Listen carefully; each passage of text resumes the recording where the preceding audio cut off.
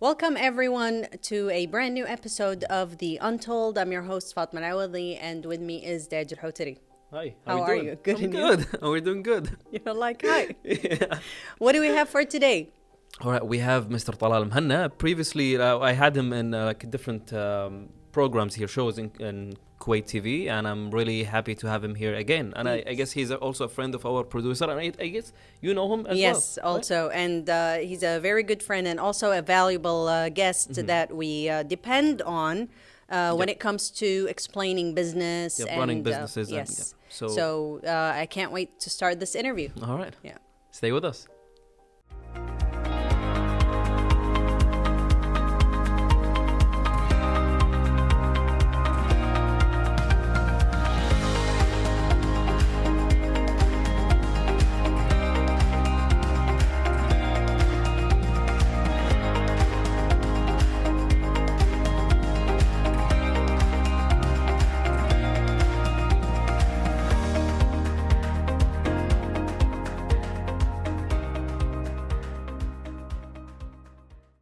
Hello, everyone. We are here with Mr. Talal Al-Muhana. How are you, Talal? I'm fine. How are you doing? We're so Great. happy to have you here with us. It's always a pleasure.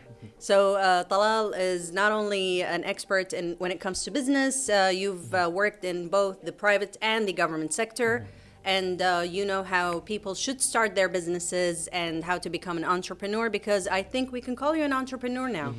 Yes, I am an right, entrepreneur. yeah. And of course, Talal is an old friend of our producer, and yeah, so we're very, very happy that you're here. We're gonna start talking about the background in computer engineering. And before we started, we asked you why did you take the MBA, business and not in computer engineering? Yeah, well, when I started, my education journey, like most Kuwaitis who got accepted in a scholarship, I had just two choices. Either I study medicine or engineering because of my parents. And I was like, okay, I want to go to the States, so what's the best major I can take to go to the States? And one of my friends told me, let's do computer engineering.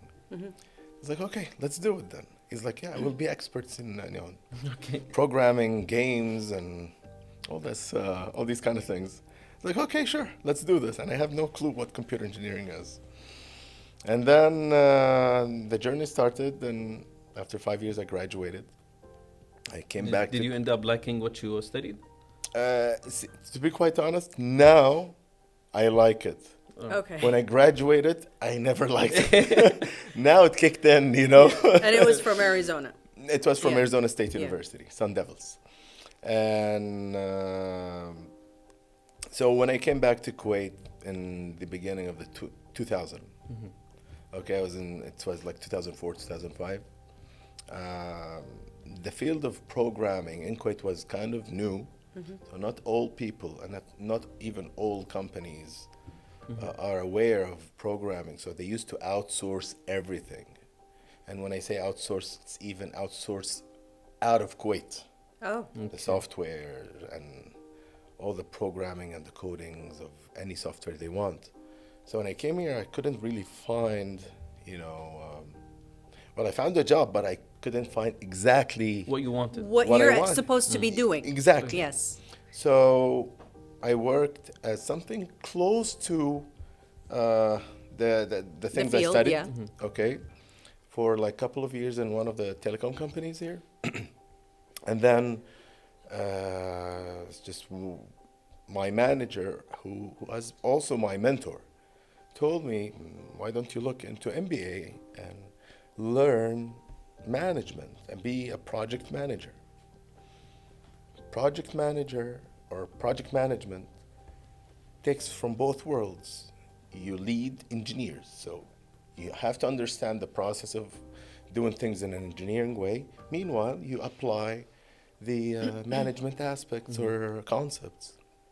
I was like, okay, so I started looking into this and what have you. It took me a while, Yeah, extra work. extra work, to study the situation, and then I started my MBA in one of the colleges here in Kuwait. And graduated with honors and Mashallah. specialized in finance. Meanwhile, something just, started to kick in my mind. I was like, okay, I'm doing all of this. How do people start business? It's just kicked in like this. I don't know why, it just sparked. How do people study an idea? That was in 2008. All right. And I'm being honest. I'm not making up things. Seriously. I don't know why. I just slept and woke up. I was like, okay, how do people start business?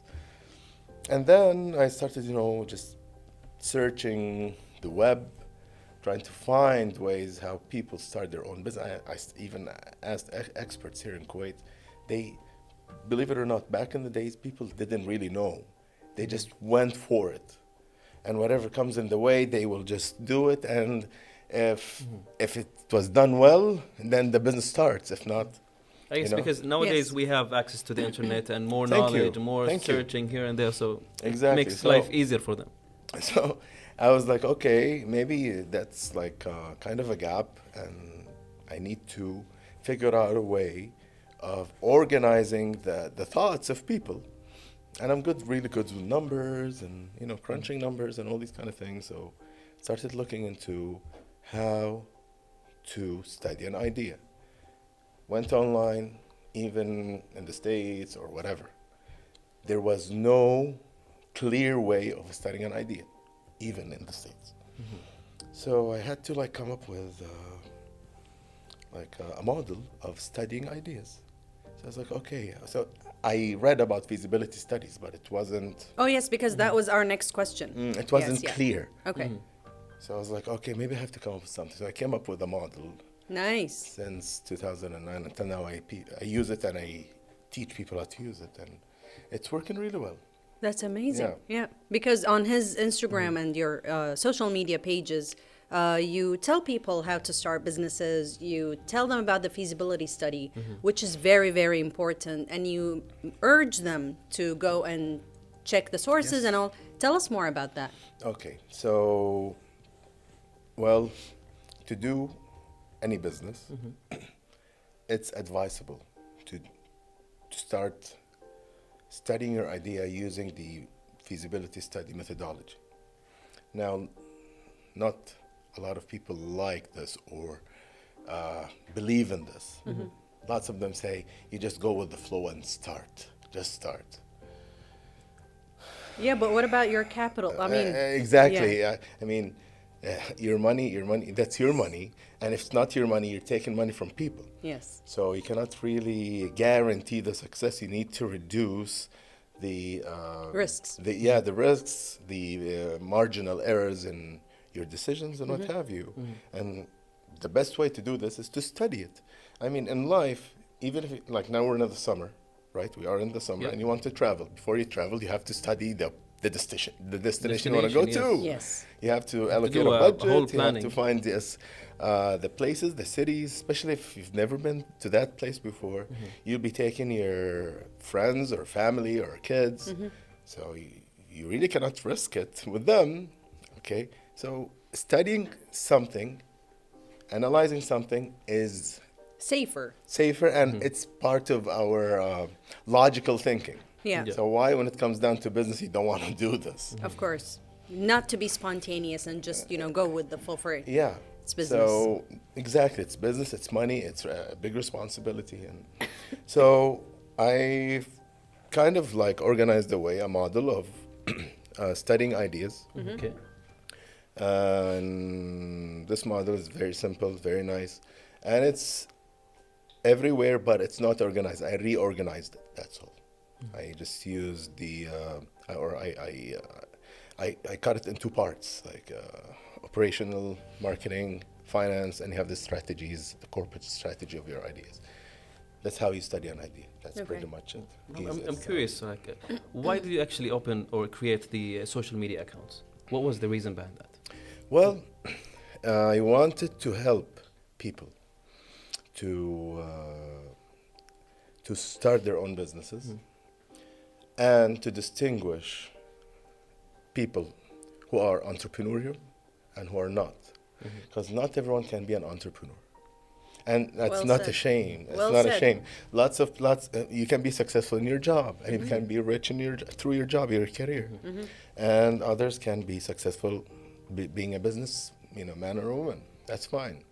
It's just you need to figure out what team are you in, and that's one reason. And of course, another reason is to make income, of course, by convincing people about this model, and if they want to do this, they have to contact me and stuff like that. Mr. Talal, like I also this question: what kind of role entrepreneurs play with economy, like when it comes to economy? Okay, that's a good question, and I was asked before that question, and I always say, entrepreneurs, the best thing they do is they add value, like real entrepreneurs.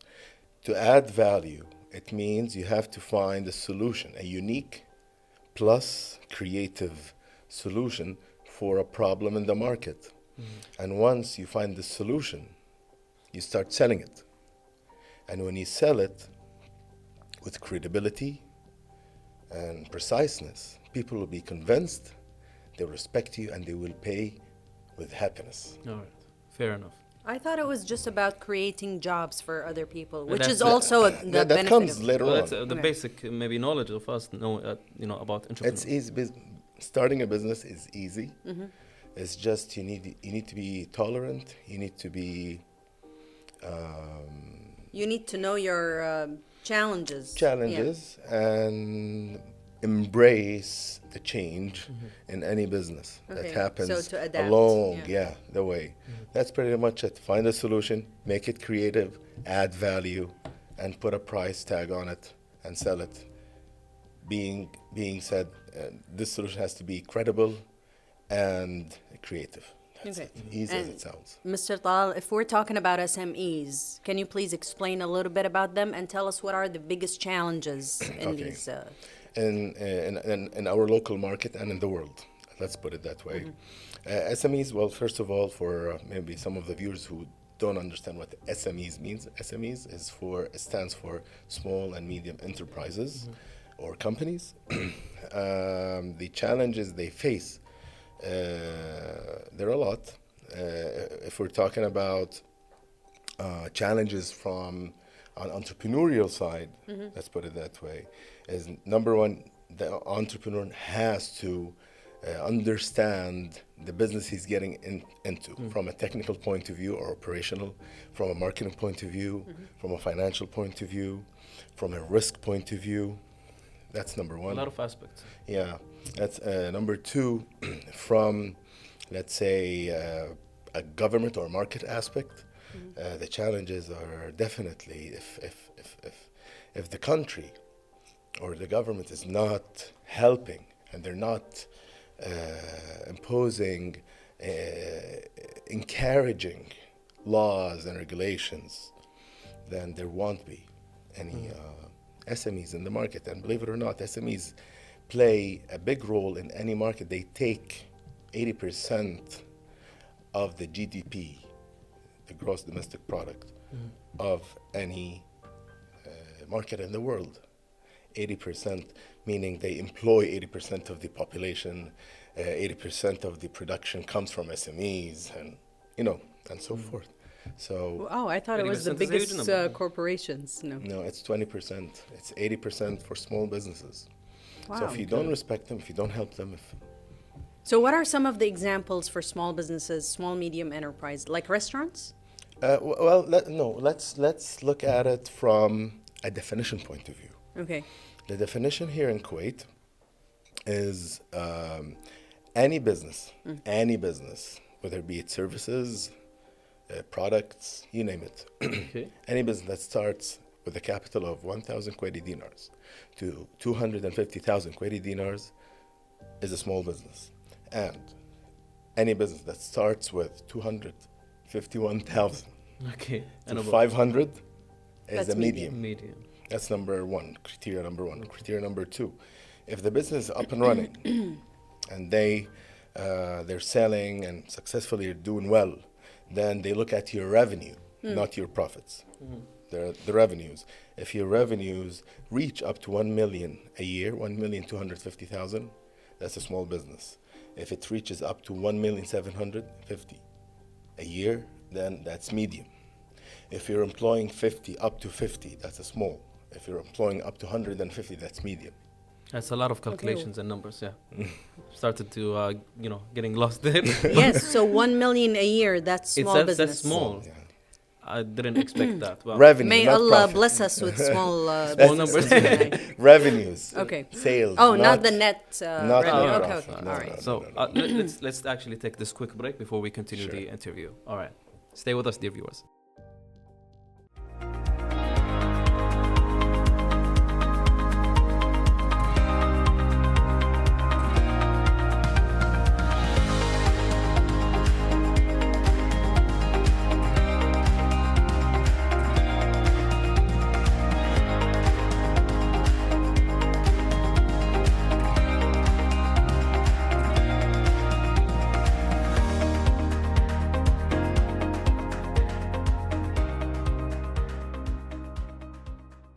All right, welcome back, dear viewers, and we are back again with Mr. Talal Mhanna. So basically, it's we were learning new stuff by now, and there's one thing that you actually mentioned previously about creating an idea, and then the beginning of let's say an entrepreneur. They have to have a specific criteria, Yes. and also they have specific skills.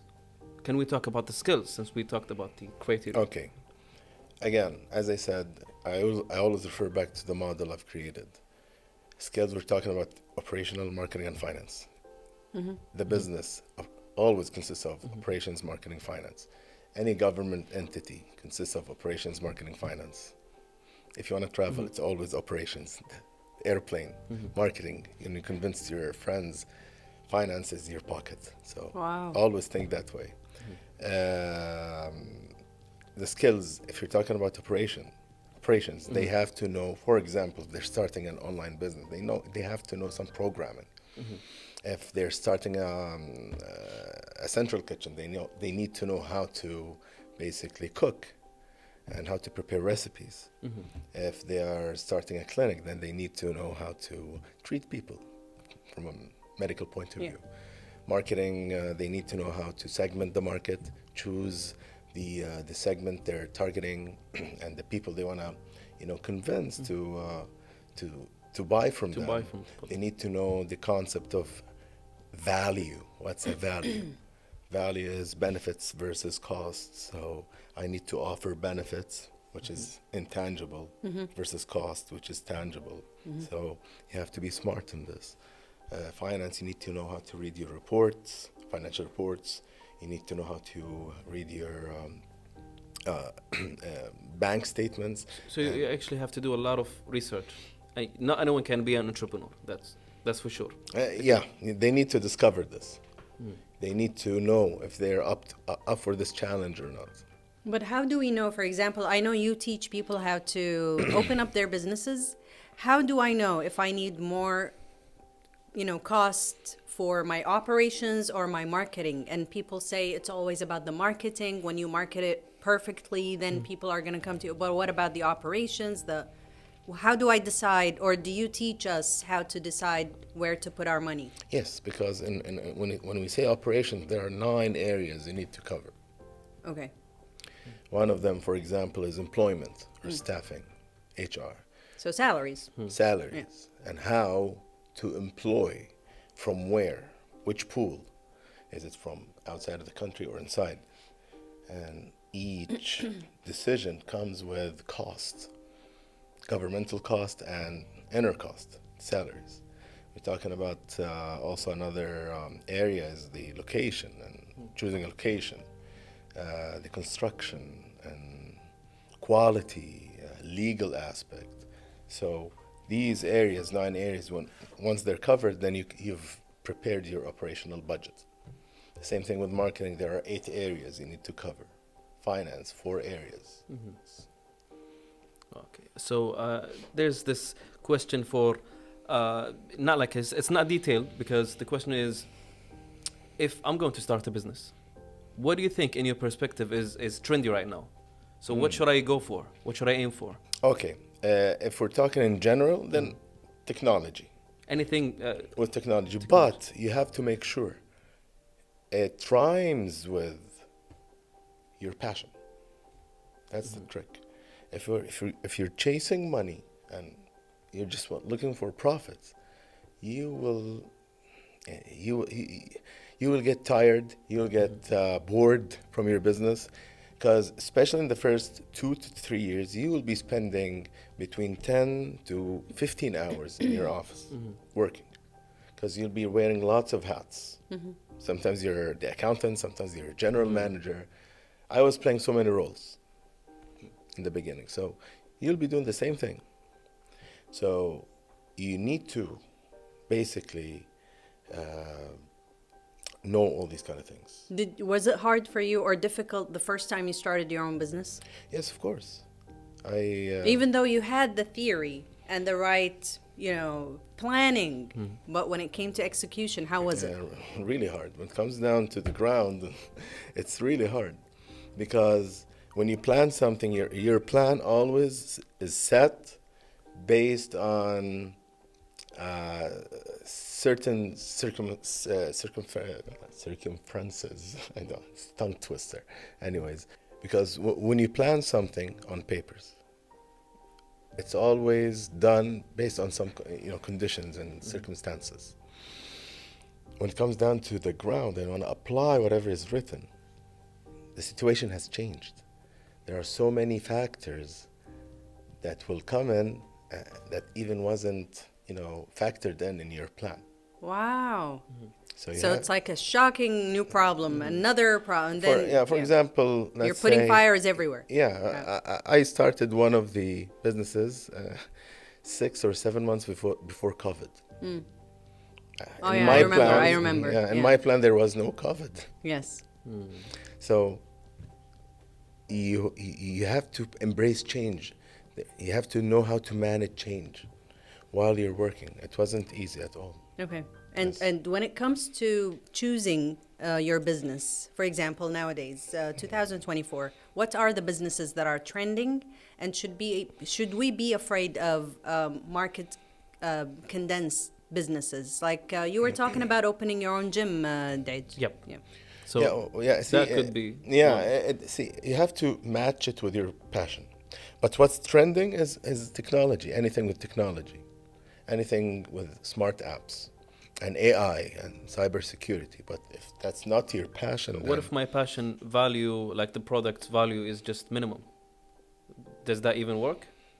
If your passion is what again? Like, let's say, what? Let me think of something. Like, if I'm passionate for, let's say, whatever, any kind of accessories. It's something minimum in terms of value. So would that be successful? See, here comes creativity and uniqueness. Marketing. Yes, you have to be creative. You have to add your value. If the market is condensed, restaurants, markets, or gyms, you have to add something new to the recipe. Oh, yes. Or to the idea. Once you add, then this is your competitive advantage. Something new. Entrepreneurship. Is new always good and better? Or sometimes, I'm sorry, I have to say this. Those cheesy restaurants when they start, you know what I mean? And they come and do something in front of you, and you just want to have your burger. You don't want any of that, right? Yes. So do you think new can fit into any other business? See, or That's all new. Yeah, I see. That's the thing. It's not about new or not. It's how you will educate people about it. Oh. So, without mentioning, brands or names, but back in, let's say, 20 years ago, we had phones with keypads, right? Yes. Meanwhile, touchpads were there, but people didn't accept it. Oh. In the beginning. Yeah, well, that's right. Later on, for some reasons, people started to accept. So timing, the way you approach your segment to teach them, that's your strategy, it plays a big factor in the success. So you have to follow up with what's happening, I guess. Yes. What's the happening trends. and their behavior. But you can't throw rice with strawberry. Right? No. It doesn't work. Yeah. It will work in the future, maybe. I don't know. So Do you, Yeah, go ahead. oh, I wanted to ask about time management. All right. I know that you are teaching as a full-time job teaching at the. Can you remind us where? It's the College of Basic Education. PIAT, Public Authority, Oh, Public Authority of. Okay, yes. Applied Education, And you're teaching what? In computer engineering? Computer Engineering and Entrepreneurship. Oh, nice. Okay. Yes, So yes. talk to us about time management. It's really hard. See, it's all about prioritizing things. You have to know what's important and what's urgent. Okay, importance and urgency plays a big factor, and that's how you organize things. If you get a task, you have to ask always yourself, is it important for me? If you're working for a company, is it important for the company or the department? Is it urgent or not? Should I delegate or not delegate? Okay, Yes. the table where you delegate if it's not important now, if it's important later. Yes, How- exactly. Okay. So this So- is all about time management. That's Wow. how I deal with things, and because I'm used to it. So But it's important. Time management is very important. Of course, without it, you will fail in life. Yeah. All right, well, Mr. Talal, we have reached the end of this interview. We hope that you enjoyed this Of course, I conversation loved here it. with us. I loved it. I All loved right, it. we Thank did you as very well. much. Yeah. Thanks. All right, so dear viewers, we'll take this quick break before we wrap the episode. Stay with us.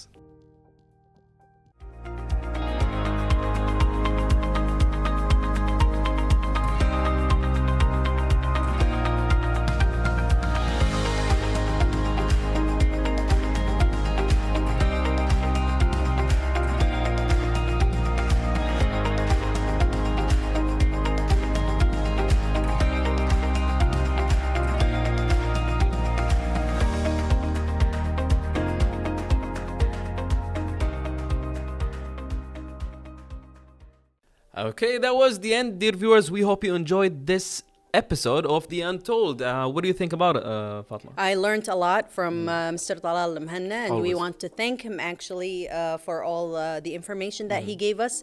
Unfortunately, we didn't have enough time to Yeah, dig more we into had more that. questions actually, but yes, we ran out of time. I saw that, and you know, it's like you were trying to do your own business right on the spot. Yeah, that's right. All right, so that was the end. We hope you enjoyed it, dear viewers. Stay safe, and we hope to see you again in the next one.